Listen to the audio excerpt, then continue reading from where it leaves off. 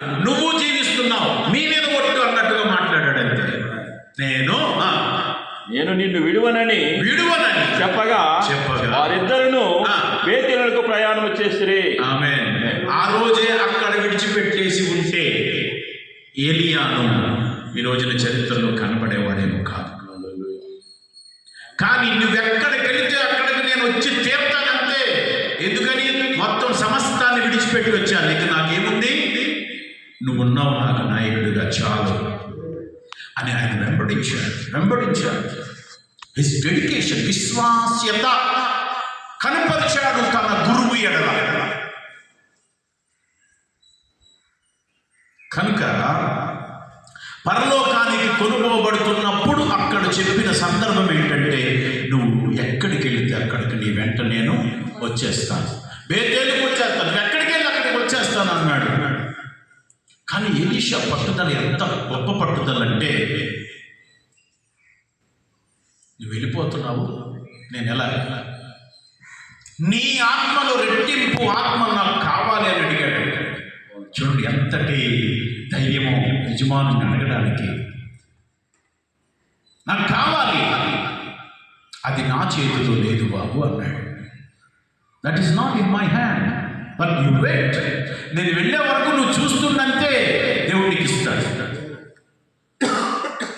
హల్లెలూయా, హల్లెలూయా, హల్లెలూయా. అక్కడ మనం ఇంకొక సందర్భాన్ని జ్ఞాపకం చేసుకుంటే, ఇంకొకరు ఎవరైనా గుర్తున్నారా మన బైబిల్లో పాత నిబంధనలో? ఆడవాడు Deborah. Very good. Ruth, Naomi. ఓర్పాతో చెప్పింది, అమ్మా ఇక నేను ముసిండాన్ని అయిపోయాను, మీ కొరకు నేను అల్లుళ్ళని లేక నా కొడుకుల్ని మీ కొరకు నేను సంపాదించలేను, కనుక ఎవరి ఇంటికి వాడు వెళ్ళిపోండమ్మా అని చెబితే ఓర్ప ఏం చేసిందంట? ముద్దు పెట్టుకొని వదిలేసి వెళ్ళిపోయింది. కానీ రూత్ ఏమన్నది? ఇద్దరు మోయాబీలే, ఇద్దరు శాపగ్రస్తమైన ప్రాంతం వారే అయినప్పటికీ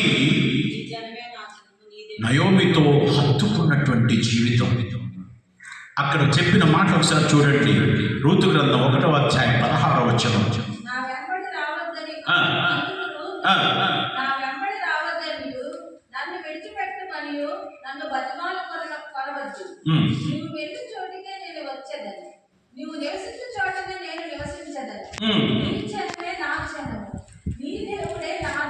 అది చూసారా? ఎలీషా ఏలియాతో చెప్పిన మాట ఎంత గట్టిగా పట్టుకొని చెప్పాడో, రూతు కూడా నయోమితో చెప్పిన మాటను బట్టి ఈ రోజున చరిత్రలో ఒక గొప్ప వ్యక్తిగా లిఖించబడింది పరిశుద్ధ గ్రంథం. హల్లెలూయా. మోయాబీయురాలైనప్పటికీ శాపగ్రస్తమైన ప్రాంతానికి, విగ్రహారాధికుల వ్యభిచార సంబంధమైన ప్రాంతానికి సంబంధించినప్పటికీ హర్ లైఫ్ వాస్ చేంజ్డ్. ఆమె జీవితమే మారిపోయింది. దావీదు వంశంలో నుండి యేసుక్రీస్తు లోపలికి భూమి మీదకి రావడానికి కారకురాలయ్యింది. బికాస్ ఆమె యొక్క పట్టుదలతో కూడిన ప్రమాణం. ఏమన్నది? నన్ను విడిచి వెళ్ళమని కానీ, వెనుతిరిగి నిన్ను అనుసరించకుండా ఉండమని కానీ నన్ను బలవంతం చేయొద్దు అంతా. నన్ను విడిచిపెట్టే అనంతరం నన్ను ఎందుకో తెలుసా? ఎంతవరకు నేను నీతో ఉన్నదాననే నన్ను ఇప్పుడు విడిచిపెట్టి వెళ్ళిపోమంటే నేను ఎక్కడికి వెళ్తాను?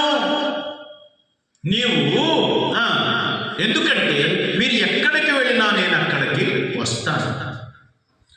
మీరు ఎక్కడ కూర్చొని ఎక్కడ ఉన్నా నేను అక్కడే ఉంటాను. నువ్వు ఎక్కడ చేస్తే అక్కడికి వస్తాను. అది తీర్మానం చేసుకుంది రూతు కూడా. అలాగే ఎలీషా కూడా అలాగే చేసుకున్నాడు.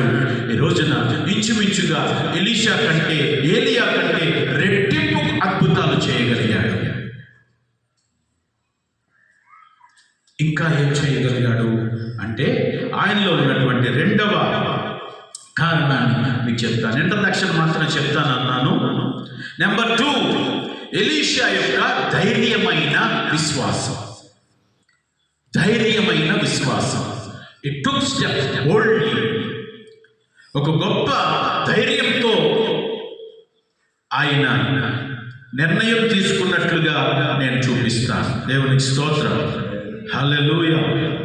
2వ రాజుల గ్రంథం 4వ అధ్యాయం 1 నుంచి 7 వచనాల్లో ఒక విధవరాలు వచ్చి ఎలీషా దగ్గర మొరపెట్టుకుంటది.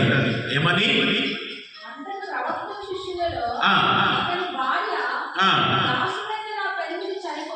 దాసుడైన నా భర్త చనిపోయాడయ్యా, నేనెన్నో అప్పుల్లో ఉన్నాను, ఇప్పుడు నా కుమారులను వారు బానిసలుగా తీసుకెళ్ళిపోవడానికి సిద్ధంగా ఉన్నారయ్యా, నీవే నాకు న్యాయం చేయాలయ్యా అని అడిగింది. ఎవరిని? ఎలీషా ప్రవక్తలలో ఒకని భార్య. కనుక ఆ సమయంలో డైరింగ్ చేశాడు. విజయ్ కుమార్ కనబడుతున్నాను సార్ నేను. ఓకే, ధైర్యం చేశాడు. ఏమని? వెళ్ళు నీ ఇంటికి, నీ చుట్టుపక్కల ఉన్నటువంటి వాటన్నింటినీ, మొత్తం ఉన్నటువంటి దాని ఏమంటారు కొండలనా, అన్నింటినీ, జాడీలన్నింటినీ కలెక్ట్ చేయన్నాడు. ఇదేంట్రా బాబు, నన్ను ఎలా చెప్పాడు, ఇప్పుడు ఈయన ఏదైనా సాయం చేస్తాడు, నేను వస్తే ఇలా చెప్పాడేంట్రా బాబు అని అనుకున్నది. చదవండి కిందకి.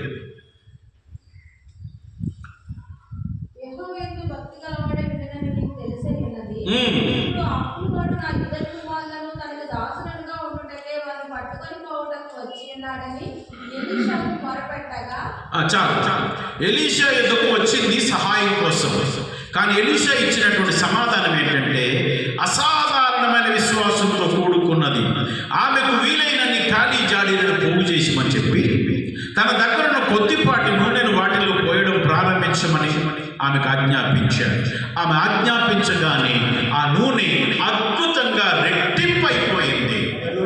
హల్లెలూయా. When you hear the servants of God, ఎప్పుడైతే దేవుని సేవకుని మాటని వింటావో నీ జీవితంలో అద్భుతం జరుగుతుంది. Because is representative of God. ఆయన దేవుని యొక్క ప్రతినిధి కనుక what ever he says that will happen in your life. ఆ దైవజనుడు ఏదైతే చెప్తాడో అది నీ జీవితంలో తప్పకుండా జరుగుతుంది. ఆమేన్. ఆయన ధైర్యాన్ని మెచ్చుకోవాలి. వెళ్ళు, ఈ చుట్టుపక్కల మొత్తం జాడీలన్నింటినీ కలెక్ట్ చేయి, మొత్తం కలెక్ట్ చేయి. ఆ నూనెతో అంత కొంచెం బుడ్డిలో నూనె కొంచెం పిండే ఉన్నదయ్యా, ఈ పూటకి మేము ఏమైపోతాం, తినేసిపోతాం అన్నది. ఎవరో అసాధారణమైనటువంటి వాటిని సాధారణమైన వాటిని, జరగలేని వాటిని జరుగుతుందని చెప్పగలిగే ధైర్యం దేవుని సేవకునిగా మనకు ఉండాలి. మన జీవితంలో అనేకమైన కష్టాలు, ఇబ్బందులు సంఘంలో రావచ్చు, కుటుంబంలో రావచ్చు. ఎన్ని వచ్చినా నీవు దేవుని మీద మాత్రమే ఆధారపడాలి. హల్లెలూయా. దేవుని మీద ఎప్పుడైతే ఆధారపడతామో గాడ్ ఈజ్ అవర్ రెఫ్యూజ్. ఆయన మనకు ఆశ్రయ దుర్గమై ఉన్నాడు. 46వ కీర్తన 1వ వచనం చెప్తాడు, దేవుడు మనకు ఆశ్రయమును దుర్గమునై ఉన్నాడు, ఆపత్కాలములో నమ్ముకొనదగిన సహాయము అంటాడు. దేవుడు మనకు ఉన్నాడండి. He will not leave you anymore. ఏ టైంలో నిన్ను విడిచిపెట్టడు. హెబ్రీ 13:5 చెప్తాడు, నిన్ను విడువను మాత్రమును ఎడబాయను. ఆ మాట మర్చిపోకండి. ఎడబాయను ఒకటి మాత్రం కాదు, ఏ మాత్రమును ఎడబాయను అన్నాడు. హల్లెలూయా.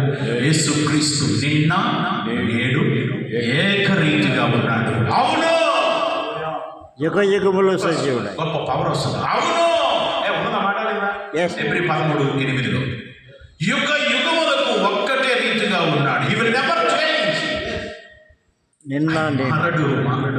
మనమే మారిపోతుంటాం. మనమే మన ఐడియా మారిపోతుంటాయి. అవిశ్వాసం అప్పుడప్పుడు మనకు కలుగుతూ ఉంటుంది. ఏమిటి పరిస్థితులు, ఏమిటి సంఘటనలు మన జీవితంలో ఎలా జరుగుతున్నాయి, సేవలు ముందుకు సాగకుండా అని సాతానుడు నిరుత్సాహపరుస్తూ ఉంటాడు. కానీ నిన్ను ధైర్యపరిచేవాడు. 41:10 యెషయా గ్రంథంలో రాయబడిన మాట. ఒక్కసారి దిగులు పడకుండా నేను నిన్ను బలపరుస్తాను, నీకు సహాయం చేయవాడను నేను, నీతి అను నా కుడి హస్తాన్ని, నా దక్షిణ హస్తాన్ని నీ యొద్దకు చాపుతాను. That type of God is our God అండి. అటువంటి దేవుడు మన దేవుడు అండి. ఈ రోజున లోకమును చూసి, లోకములో ఉన్న పరిస్థితులను చూసి, లోకములో జరుగుతున్న సంఘటనలు చూసి ఏనాడు మనము భయపడకూడదు. ఎవరి మనస్సు నీ మీద ఆనుకొనును వారిని పూర్ణ శాంతి గలవానిగా కాపాడుతాం. వారిని పూర్ణ శాంతి గలవానిగా కాపాడుతూ అన్నాడు. మనుష్యులను నమ్ముకొనుట కంటే యెహోవాను ఆశ్రయించుట మేలు అన్నాడు.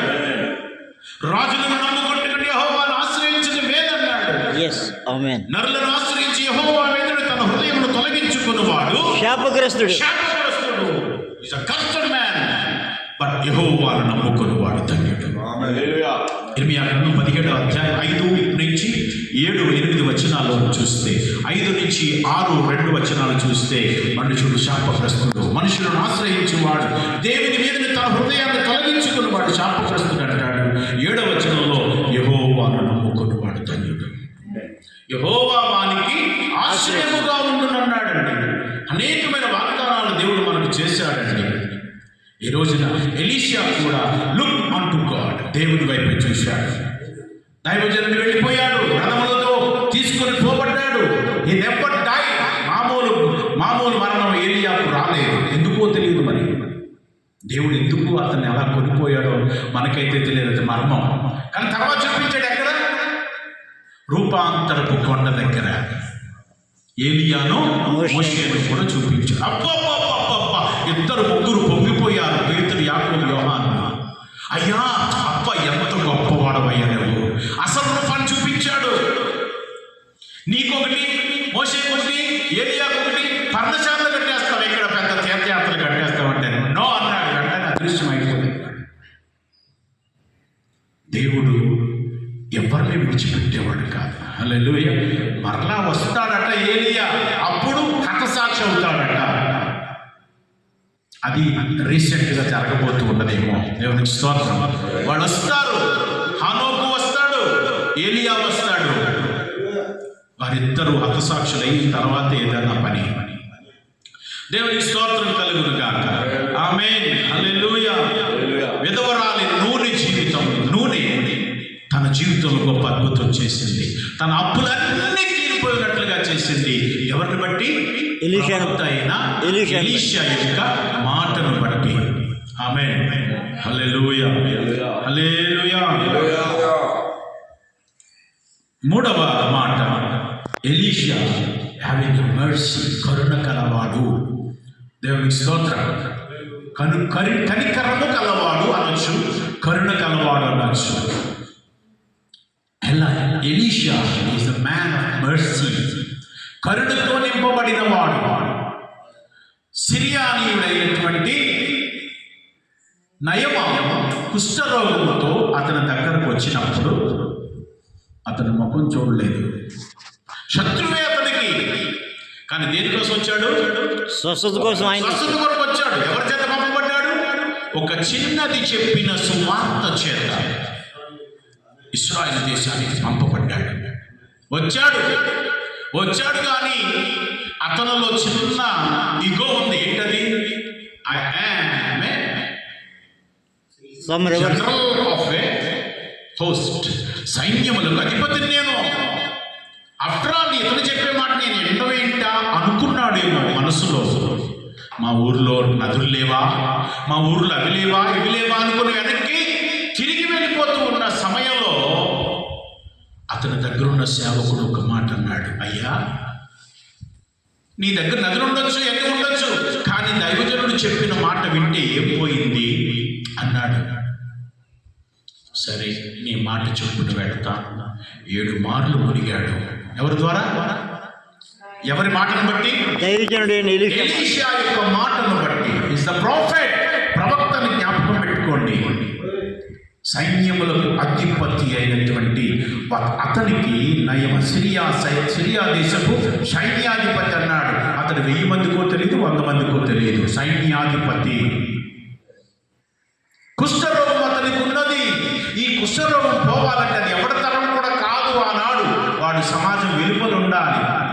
బయటికి వెళ్ళడానికి రాజు వేషం వేసుకుని వెళ్తున్నాడు, అన్ని కవర్ చేసుకుని వెళ్తున్నాడు, ఏమీ కనబట్టలేదు.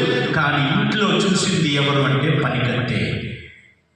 అయ్యి బాబోయ్, మా అయ్యగారికి కుష్ఠరోగం ఉందే, దీన్ని మా మాస్టర్ గారు ప్రార్థన చేస్తే ఆ ప్రార్థన ద్వారా పోతాదే అనేటువంటి ఒక చిన్న సువార్త యజమానురాలకు చెప్పింది. రాణి లేక ఆ యజమానురాలకు చెప్పిన వెంటనే, అయ్యా ఆ చిన్నదేదో చెప్తుంది, దాన్ని విని చూస్తే బాగుంటుంది కదా అన్నది.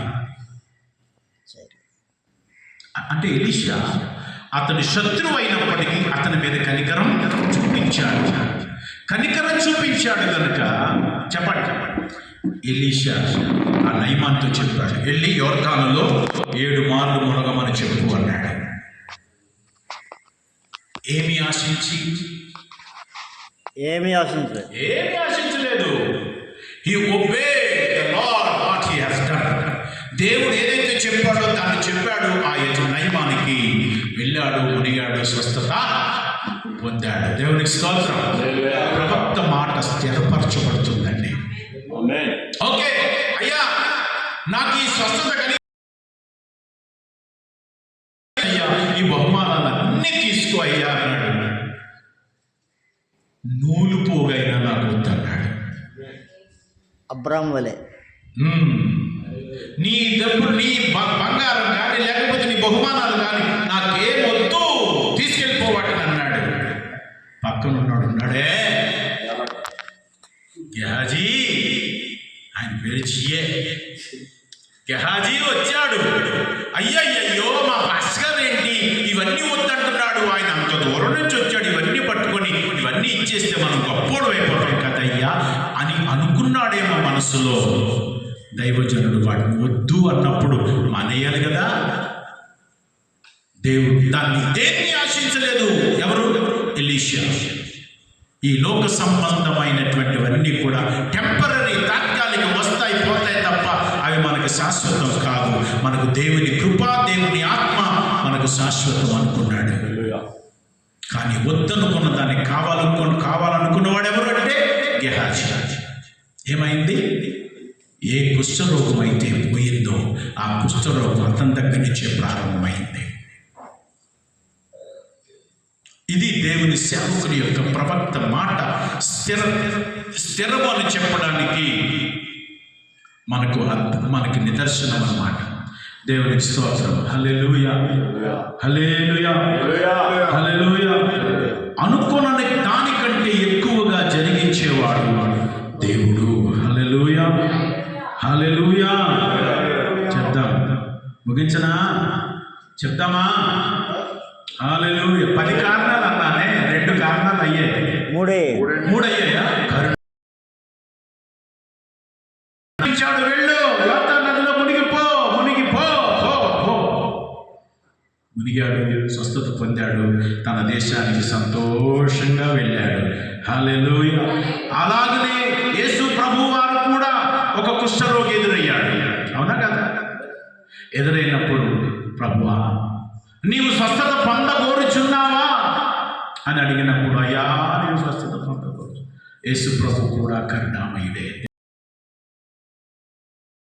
ఆ కుష్ఠరోగిని చూసి కరిగిపోయాడేమో, ఆ కుష్ఠరోగిని చూచి కనికరంతో నిండిపోయాడు. నాకిష్టమే నీవు శుద్ధుని కమ్మన్నాడు. ఏ నదిలో పంపించలేదు. హల్లెలూయా, హల్లెలూయా. దేవుని మాట స్థిరము, దేవుని ప్రవక్త మాట స్థిరము. But you have to submit yourself unto the Spirit of God. దేవుని ఆత్మకు మాత్రం మనం లోబడాలి తప్ప మరి దేనికి నీ కాదు. హల్లెలూయా.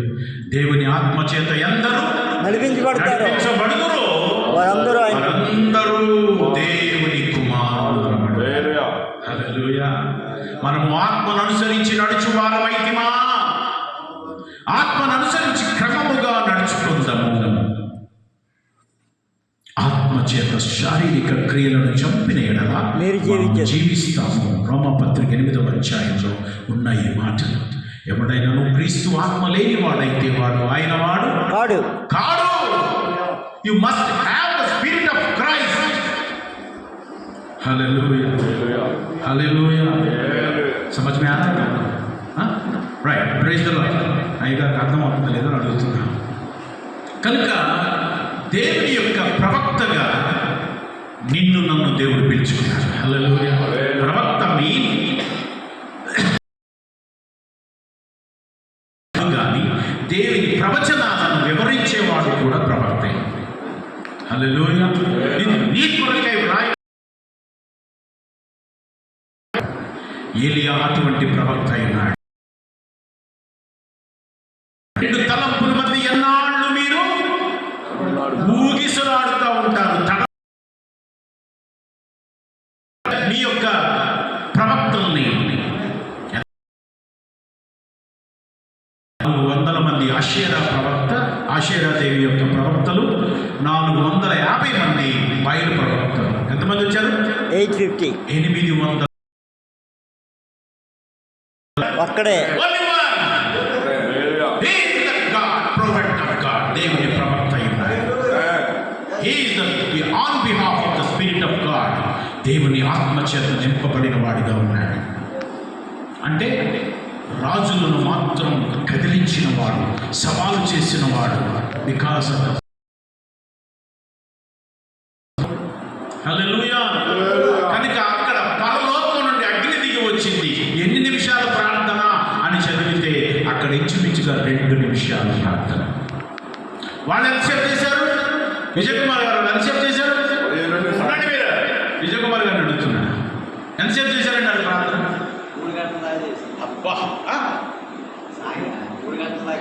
ఎన్ని గంటల నుంచి?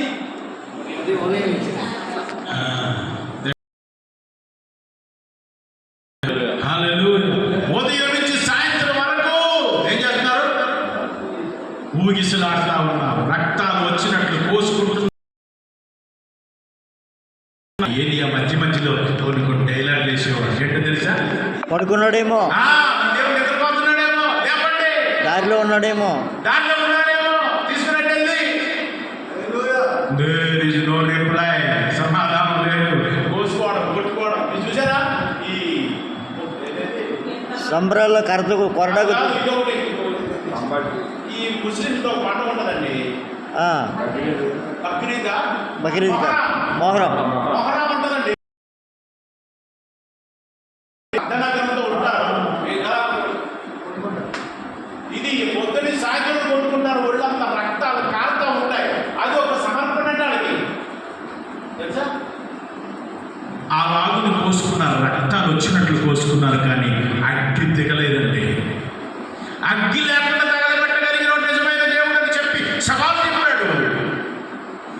వెంటనే అయిపోయింది వాళ్ళ పని. అందరూ చల్లబడిపోయారు, చతికిలు పడిపోయారు. మా వల్ల కాదు అని. కమాన్, తీసుకురండి నీళ్లు, తీసుకురండి కట్టెలు, అన్ని తడపండి కందకాన్ని. 8 సార్లు, ఎన్నిసార్లు తడపండి అన్నాడు. తడిపాడు. 2 నిమిషాలు ప్రార్థన.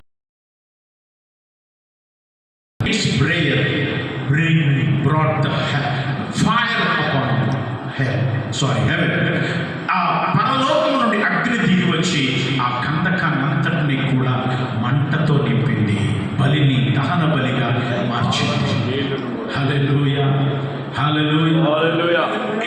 ఈ సాధారణమైనటువంటి మనుష్యుడు ఇంత గొప్ప కార్యాలు చేయగలిగాడు అంటే నిజంగా కలిగేటువంటి గొప్ప కృప దేవుడు మనకు అనుగ్రహిస్తాడు. హల్లెలూయా, హల్లెలూయా, హల్లెలూయా. 3వది, 4వది ఎలీషా యొక్క ధైర్యం. ఓకే, వివరంగా చెప్పను. 5వది ఎలీషా యొక్క వినయం. He humbled to obedience of the Elisha. Next, Elisha ఒక గురువుగా ఒక పాఠశాల నడిపాడు. ఆయన పాఠశాల నడిపాడు కదా. ఎక్కడికి వెళ్ళాడు? తీసుకొని ఒక గొడ్డలి పడిపోతే చెరువులో, నదిలో, చెరువులో పడిపోయిన గొడ్డలి తీశాడు. శిష్యులు వచ్చి, అయ్యా మాకు ఇరుగ్గా ఉంది, నువ్వు కూడా మాతో వచ్చి మాకు సహాయం చేయాలి. ఓకే పదండి. శిష్యుల పాఠశాల నడిపాడండి ఎలీషా. ఆమేన్. ఒక గురువుగా ఆయన గుర్తించబడ్డాడు. నెంబర్ 7, దేవుని చిత్తం పట్ల ఎలీషా యొక్క సున్నితత్వం అంటాడు. దేవుని చిత్తం నా జీవితంలో జరగాలి, నేను చేసే పరిచర్య జరగాలని దేవునికి అప్పగించుకున్నాడు. 8వది న్యాయంపై ఎలీషా దృష్టి. న్యాయం జరిగించాలి ప్రజలకు. ఆయన ఇచ్చినటువంటి పరిచర్య ఇస్ ఎ వెరీ వండర్ఫుల్ పరిచర్య. దేవునికి ఎలీషా యొక్క అంకిత భావం 9వ కారణం. 10వ కారణం ఎలీషా యొక్క యథార్థత మరియు ప్రభావం. Integrity before God. దేవుని ఎదుట తన యథార్థతను కనపరుచుకున్నాడు. ఎన్ని లక్షణాలు ఎన్ని కూడా వివరమని చెప్పాలంటే సాయంకాలం అవుతుంది. సబ్జెక్ట్ చాలా ఎక్కువ ఉంది, కానీ మీకు జస్ట్ ఇంట్రడక్షన్ మాత్రమే చెప్పాను. కనుక ఎలీషా వంటి స్వభావం ఈ రోజున మనం కలిగి ఉండాలి. We must honor the master. గురువును గౌరవించాలి. ఆ గురువు నీ పరిచర్యలో కనపరుస్తాడు. కానీ దేవుని ఆత్మకు లోబడి, దేవుని ఆత్మకు విధేయత చూపించి, దేవుని ఆత్మానుసారంగా నడిపిస్తూ ఉన్నప్పుడు ద అనాయింట్మెంట్ ఆఫ్ గాడ్, దేవుడు అద్భుతాలు చేయడానికి కానీ, యేసు ప్రభు అద్భుతాలు చేయడానికి కానీ శక్తితోనూ పరిశుద్ధాత్మతోనూ కనబడుతుంది. ఈ రోజున మనం ఒట్టికి మనమేమి చేయలేము. We cannot do. మన అంత శక్తి మేరకు మనం చేయలేము. కానీ దేవుని అభిషేకం తర్వాత ఏదైనా ఏ అభిషేకం కొరకు నువ్వు ఎప్పుడైతే నిలబడ్డావో, నేను చెప్తా ఉంటాను ప్రతిసారి కూడా, ఆర్డినరీగా ఉన్నంత కాలం నేను సంఘంలో లేచి నిలబడ్డానండి. సెలవుదాస్ గారు ఎప్పుడు సాంబారు అన్నం చేయడమే నా పని, వడ్డించడమే నా పని. అయిపోయిన తర్వాత ఆ ఖాళీ అసలు మేరా సాంబార్ चर्च में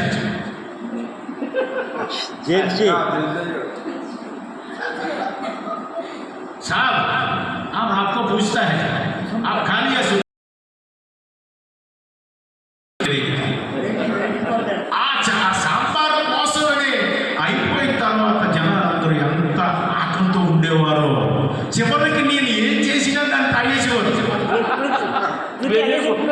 అలా తెలుసు.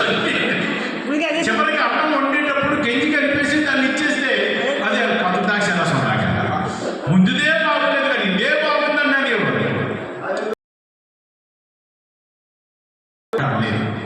నిలబడి మాట్లాడితే వణుకొచ్చేసింది, చంపెక్కిపోయేది, బట్టలు తడిసిపోయేది మాట్లాడాలనుకుంటే.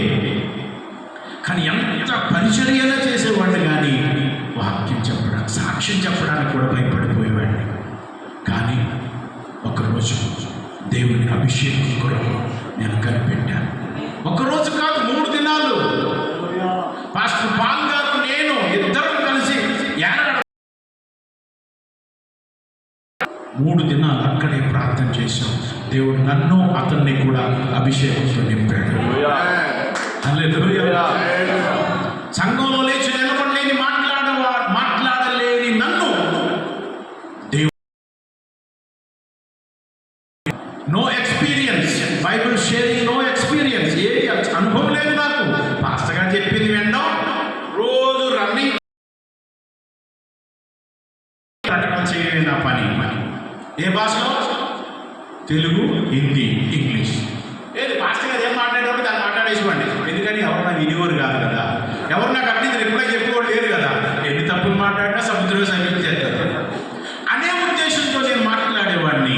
కానీ దాన్ని రియల్గా 93వ సంవత్సరం 7వ తారీఖు నవంబర్ నెల పలిగట్ట గ్రామం వచ్చి సంఘంలో నిలబడి మాట్లాడాను. నాకు అప్పటి వరకు 6 ఉండే విశ్వాసులు వచ్చే వారానికి 10 మంది అయ్యారు. నవంబర్ నుంచి ఏప్రిల్ వరకు 40 మందిని దేవుడు ఏర్పాటు చేశాడు. ఎంతవరకు నడిపిస్తా ఉంది. హల్లెలూయా.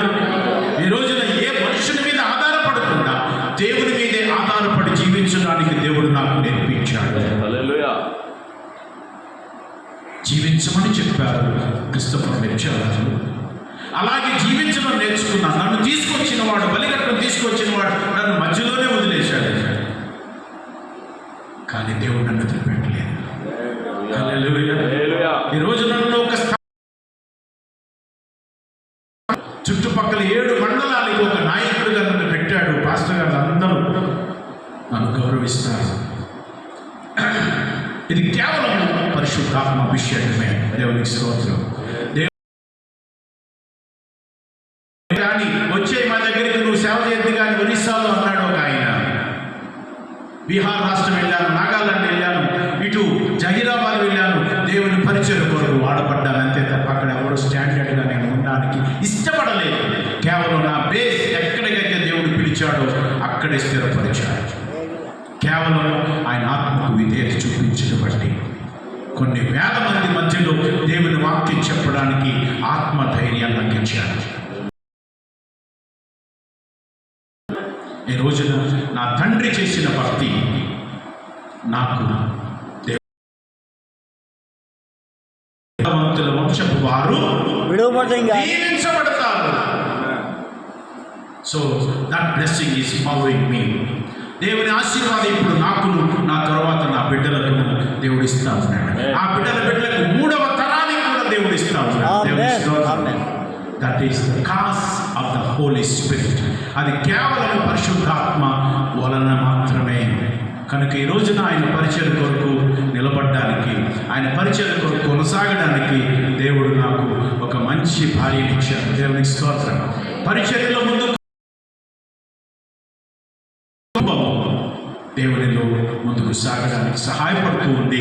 ఆయన పరిచర్యలో ముందుకు వెళ్ళడానికి సహాయపడుతుంది. అదే సమయంలో మన చిన్న మందగా ఈ విధంగా సహవాసంగా కూడుకోవడానికి ఏ విధమైన ఆర్గనైజేషన్ చేసుకునే వెళ్ళను, కూడుకోను కూడా. బికాస్ మనతో ఉన్నటువంటి ఆత్మదేవుడు వారి మధ్యలో ఉంటాడు. రాజకీయాలు ఉంటాయి, ఒకరినొకరు గొప్ప చెప్పుకోవడాలు ఉంటాయి, బట్ కానీ ఇక్కడ ఆత్మ సంచారం మాత్రమే ఉండాలి, ఆత్మ నడిపింపుతో మాత్రమే ఉండాలని ఎంత సమయమైనా ఎన్ని రోజులైనా ఎదురు చూస్తూ ఉంటాం. దేవునికి స్తోత్రం. టు హ్యావ్ ఫెలోషిప్, మనం సహవాసం కలిగి ఉండాలి. దేవునికి స్తోత్రం. బలపరిచిన దేవుడు ఈ రోజున మన పరిచయాలు కూడా బలపరచగలడు. బట్ యు స్టాండ్, నీవు నిలబడు, దేవుడు కార్యాలు చేస్తున్నాడు. హల్లెలూయా, హల్లెలూయా, హల్లెలూయా. ఆలస్యమైంది, దయచేసి నన్ను అందరూ క్షమించాలని కోరుతున్నాను. స్తోత్రం. ఆలస్యం అయినా కూడా సమయం సరిపోయింది అనుకుంటున్నాను. ఏదైనప్పుడు వచ్చినట్టు నాకు మనశ్శాంతి లేదండి చెప్పాలంటే. చెప్పాను, అయ్యా మీరు వాక్యం పంచుకోండి, నా మనసు కొంచెం గలిబిలిగా ఉంది అన్నాను. కానీ ఆయన ముందిచ్చారు, వెనకాల నాకు ఇచ్చారు. ఈ లోపల నేను రెడీ అయిపోయాను. దేవుని స్తోత్రం. సిద్ధపరచబడ్డాను. Thank you very much. Hallelujah. నన్ను వెనకాల సిద్ధపరచినందుకు మీకు వందనాలు. దేవుని స్తోత్రం కలుగుగా. హల్లెలూయా. పోయినసారి యెహోషువను గురించి నేర్చుకున్నాను. కార్యాలకి శక్తి మనకి ఎక్కడి నుంచి వస్తుంది అంటే it is from the Holy Spirit అని యెహోషువ గురించి చెప్పాడు. యుద్ధం చేయవాడు దేవుని పరిచర్యలు కొనసాగడానికి అసాధారణమైన శక్తితో నింపేవాడు పరిశుద్ధాత్మ దేవుడు. ఏలియా నింపాడు, ఎలీషా నింపాడు. ఈ రోజున మనల్ని కూడా నింపుతాడు మన పరిచర్యలో. You stand before God. దేవుని ఎదుట మాత్రం నిలబడండి, ఏ మనుషులు ఎదుట